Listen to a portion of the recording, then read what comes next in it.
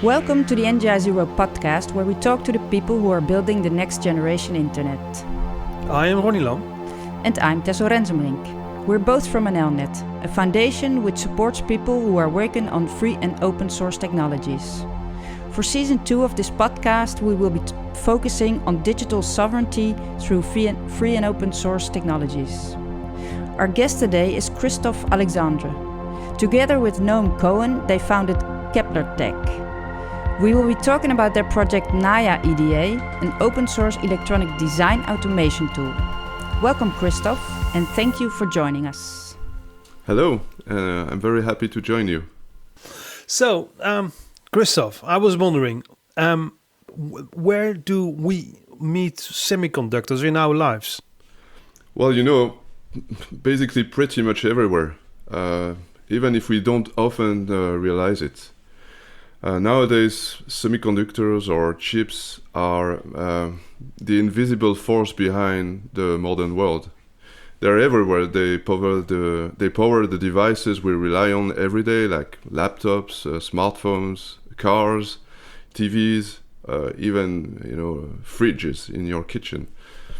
And now, of course, with the rise of artificial intelligence, they're more essential than ever. They provide the computing power that makes AI possible. So yes, we may not think about them often, but without semiconductors, today's digital life simply wouldn't exist. Yeah, that shows very well how important it is in our lives. So, thinking about how important it is, it's interesting to see that during the COVID pandemic, the supply chain, the global supply chain was disrupted seriously, and there were severe chip shortages. And next to that, there's also the current geopolitical situation that has placed technological sovereignty high on the agenda in Europe. And there is a push to increase the domestic production. Can you explain why the semiconductor industry is so vulnerable to disruptions? Yes, so due to its complexity, the semiconductor industry is very global and very interconnected. So it makes it sort of fragile in some sense. And since the early 2000s, most chip companies have adopted what is called the fabless model. So this means they focus only on designing chips, while the actual manufacturing is outsourced to very specialized foundries. A good example which makes the news from time to time is TSMC in Taiwan. They produce the most advanced chips, like the ones that are using 3 nanometers technology. But there is also a dependency here. Those foundries, they rely on extremely sophisticated machines, photolithography systems, which are almost entirely produced by just one company. It's ASML in the Netherlands. So there you've got a situation where just a few players in very specific locations are responsible for the entire global chip supply. And if anything disrupts one link in that chain, be it a pandemic, a political crisis, or just a delay in shipping, it creates a ripple effect that you can feel all around the world. So we saw this during COVID, and now, of course, the geopolitical tensions are making countries, especially in Europe, rethink how much they rely on external sources.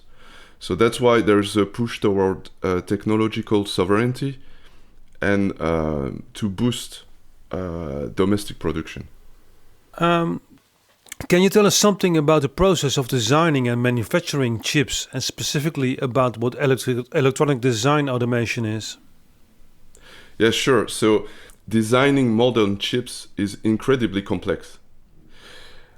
We are talking about billions of transistors just packed in few square centimeters of silicon. So it won't be a surprise to anybody that this design process heavily relies on advanced software. So that's where electronic design automation, or EDA, comes in. So EDA, it's a suite of tools and software that automates and manage every step of the chip design process, from the initial architecture all the way down to physical layout. And you can think of this as a sort of digital twin of the chip. Interestingly, this concept exists in EDA even long before this term digital twin became popular in other industries. Because designing a chip can cost hundreds of millions of dollars, so accuracy here is really critical. And any bug that makes it into the final design sent to the foundry can really kill the entire investment. That's why even around 55% of the time that is concentrated in a typical project in EDA will go towards verification, because you need to check and recheck that everything works as intended before manufacturing happens. And the other point also in EDA, it is an industry that is dominated by 3 companies, which control about 85% of the market. So this kind of monopoly situation tends to limit innovation in a way, because with so few players and little competition, the pace of progress in EDA tool is often slower than what the industry might need, especially at a time when chip complexity is growing exponentially. Okay, that's super interesting, and also about this monopoly that you speak about. So what then is the role of open source EDA tools in this story? Yes, so for a long time the EDA world was not famous for its openness. It's not like in other software sectors like AI today, where open source tools and shared standards are everywhere. EDA has traditionally been closed. And not only were open source tools rare, but even the standards themselves weren't always fully open or consistent. And it's not uncommon to see different companies interpret the same standard in incompatible ways, and this slows progress and collaboration. But now there's a push to customize hardware for specific workloads. So you see big software players like Apple and all the GAFAM group that are investing in their own chip designs. And it's now not just the tech giants, but you also see startups and SMEs that are jumping into. So the open source ecosystem can be, we think, a very good answer to those new needs. So the next big challenge is to evolve this open source ecosystem and to improve tool integration, to handle more complex hierarchical design, and to be able to ultimately support industrial grade chips at advanced nodes, which means the advanced foundry technologies. That's where open source can really start to democratize chip design and really spark the kind of innovation we've seen in other software fields. Yeah, sounds good. So, can you explain what Naja is, and how does it fit in the EDA field? And why did you choose to make it open source? Yes, so Naja is an open source EDA project we created to help build the next generation of EDA tools. So, especially in the area of physical synthesis, which is a critical and complex part of chip design. And our main goal is to provide industrial quality APIs that can serve as a foundation for other open source tools. So we've built Naja since day one with industry level performance in mind. So we have the core of the APIs and the tools that are in C++ for speed and efficiency. But we also provide a clean and easy to install Python interface. So that means even people who aren't C++ experts, like students, researchers, or startups, can use it and contribute. And today you can literally install it with just a pip install command and get started. And so why we made it open source? So it's really because we believe openness can drive innovation. And we think the semiconductor industry can keep relying on closed and tools that are in silos if we want to see real progress. And so we want Naja to be a sort of catalyst for this change and to empower engineers and researchers to build better tools faster and to build and to help bring open source EDA to the same level of maturity as other fields in software, like AI, for instance. So, with your work with Naja, you obviously know a lot about the semiconductor industry. Can you tell something more about whether the industry welcomes innovation? So, in a way, I mean, it has to, because the semiconductor industry depends on constant innovation to keep up with the technological progress. So everybody knows about Moore's law, and now it's, even if it's slowing, but we're going beyond, but there is this constant pressure about the evolving underlying technologies and the complexity. So innovation has to be there. But at the same time, it's a very close and cautious ecosystem, because designing and manufacturing chips is incredibly complex and high risk. So there is a long-standing trust between EDA vendors, chip designers, and foundries, and this plays a big role in this industry. So newcomers aren't exactly always welcome with open arms. You don't get in just by being innovative. You need to bring solid, proven solutions to very serious problems. That said, we're starting to see shifts, because the rise of software-driven companies, startups, and SMEs entering the space is beginning to challenge the status quo. So while change is slow, there is movement, and for us, it's promising.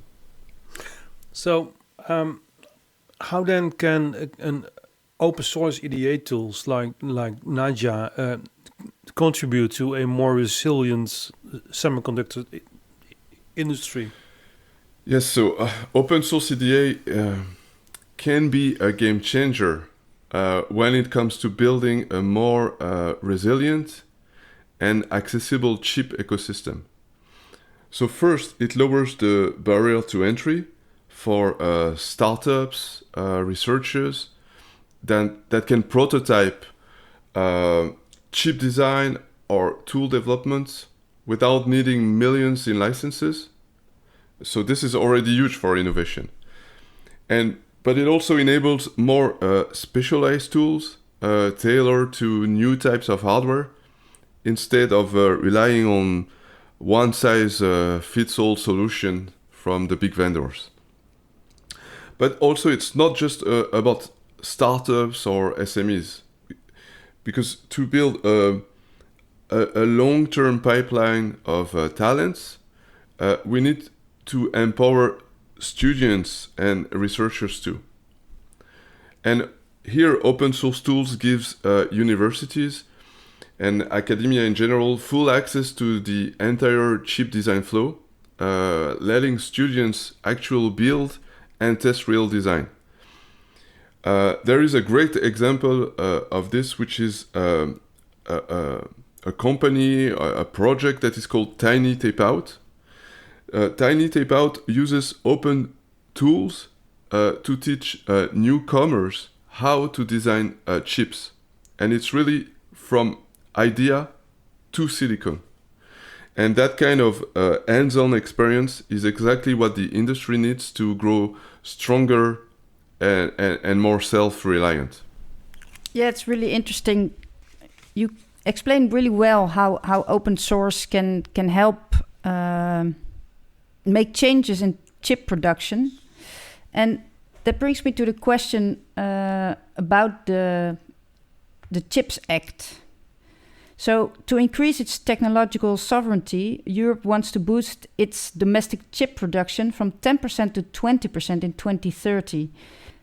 Can you tell us what actions the CHIPS Act proposes to boost the chips productivity? And what do you think yourself of the CHIPS Act? Is it going in the right direction? Does it overlook things? So, yeah, the EU CHIPS Act has been launched in 2023, yeah.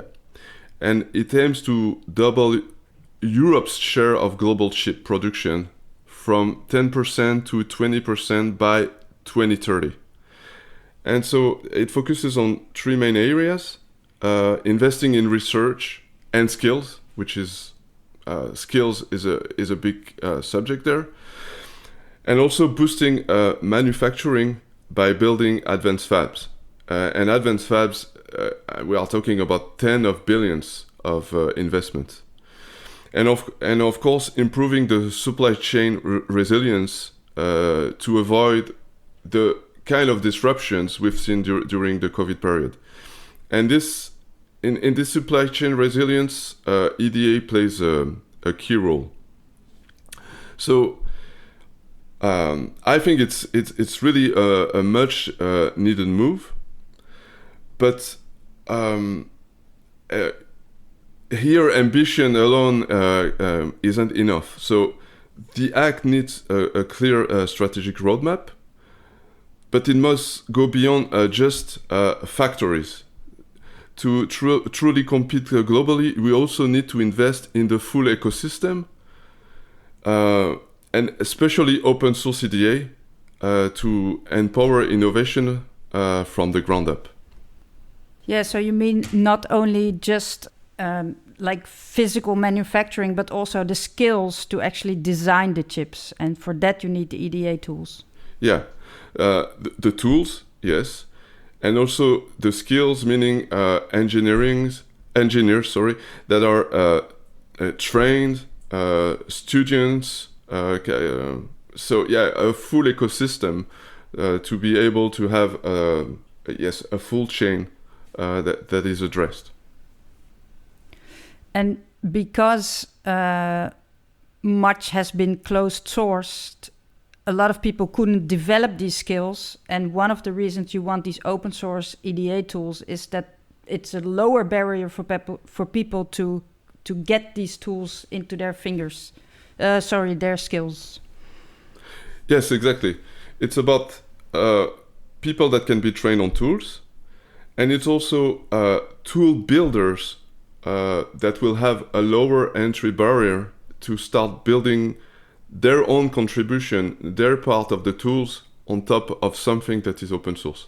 And in EDA specifically, it's really not the case until recently. You have to build a full stack from ground to be able to start having a tool that is useful for users.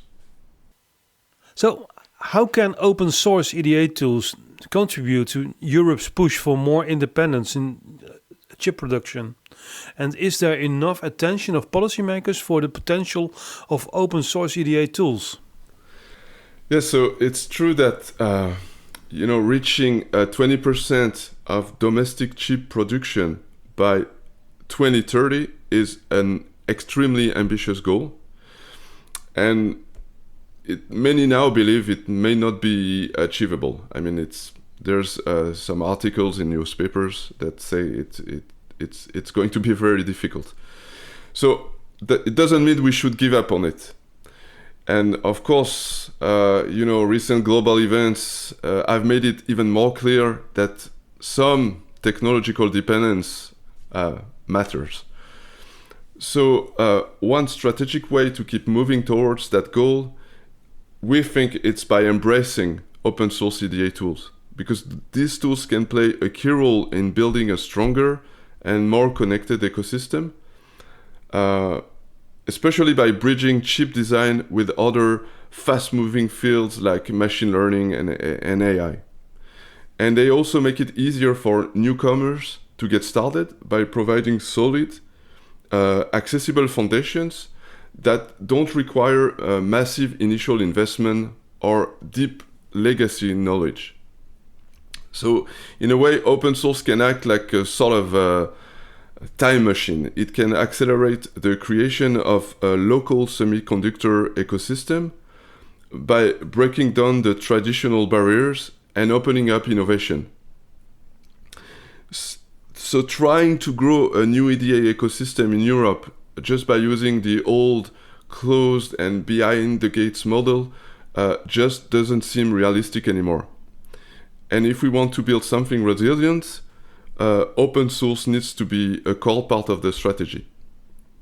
And so in this matter, the policymakers have clearly identified this item, and there is in the CHIPS Act a dedicated call that there's consortiums implying all the open source European community that have created consortiums to apply for this call that is directly identifying open source EDA as a key component of this overall strategy.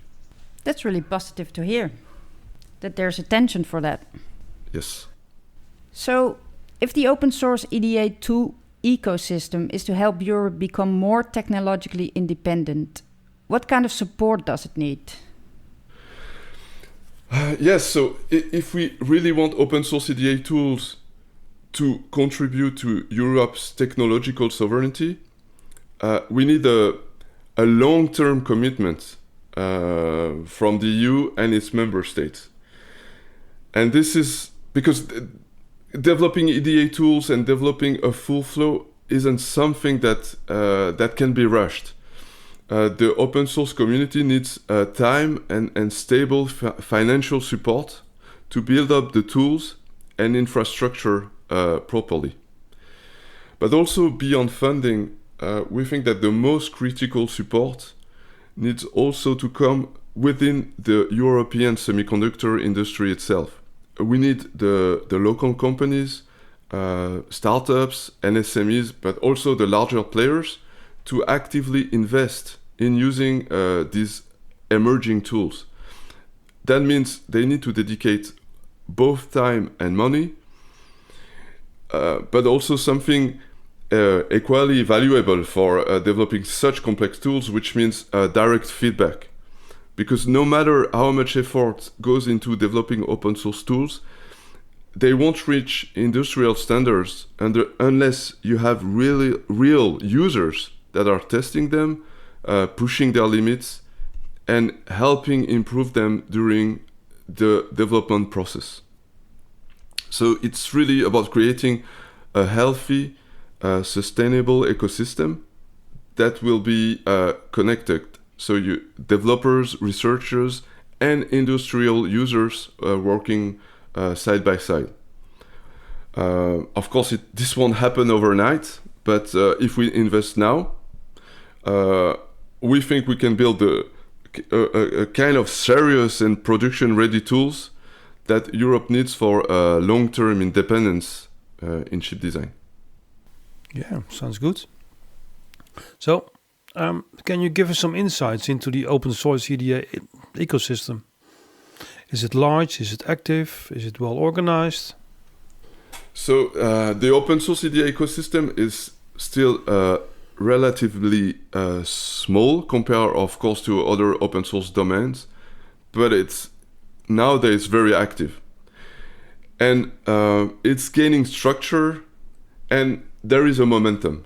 So there is really a sense of, I would say, purpose in this community happening right now.